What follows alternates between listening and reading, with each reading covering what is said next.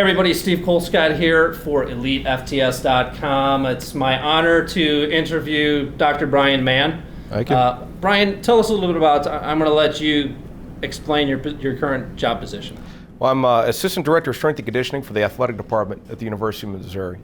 I have worked with every team there basically. Currently with my new role as also being a Assistant Professor for Physical Therapy and Athletic Training, I'm down to working with just a couple of teams. I still consult and help out with football whenever I have the time, but I've got the soccer team and I help out quite a bit with the throws. Okay.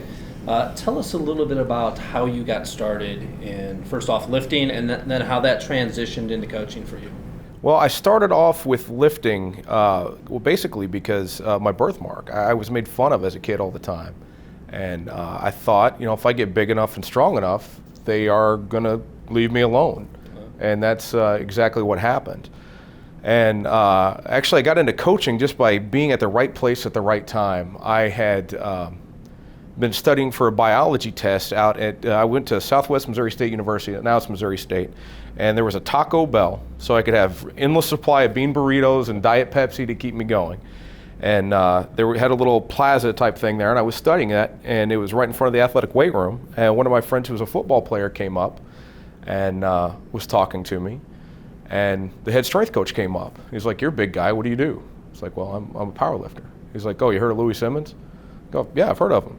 He said, "Well, I do a lot of his stuff. You want to come be an intern?" So I stopped studying for my biology test and went up into the weight room, and I didn't do very good on that test, but the rest is history. I've went into strength and conditioning from that point on, and trying to use weights as a vehicle to try and help people improve their lives and improve things. Not just trying to get stronger of body, but stronger of mind. Okay, and tell us a little bit about your powerlifting background and what you've accomplished. Powerlifting background, compared to a lot of the other guys on the Team Elite, I'm not much of anything. I started out doing full powerlifting meets. I competed in, trying to think of the name, the Natural Athlete Strength Association, NASA is where I competed in mostly whenever I was coming up, because their meets were 15 minutes from my house. And did that for, about 10 years. Got up to over 700-pound squat, single ply.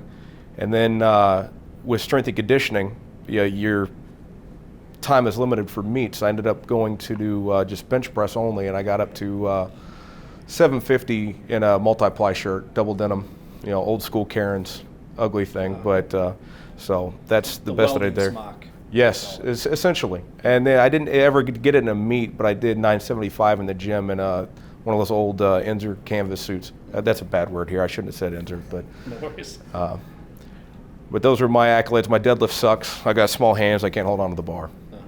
Okay. So. And what drove you to excel in your current career? I wanted to pay things forward.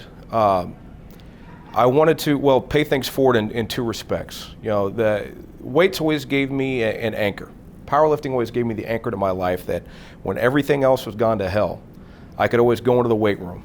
And the iron did not care what had happened that day. The iron did not care that I had a birthmark. The iron did not care about anything else. It was just me and it. And that served as my anchor to keep myself centered. And I wanted to try and give other people those things to focus on, because it's not just focusing on one main goal, it's focusing on the process of each repetition to keep your mind focused in on those sorts of things.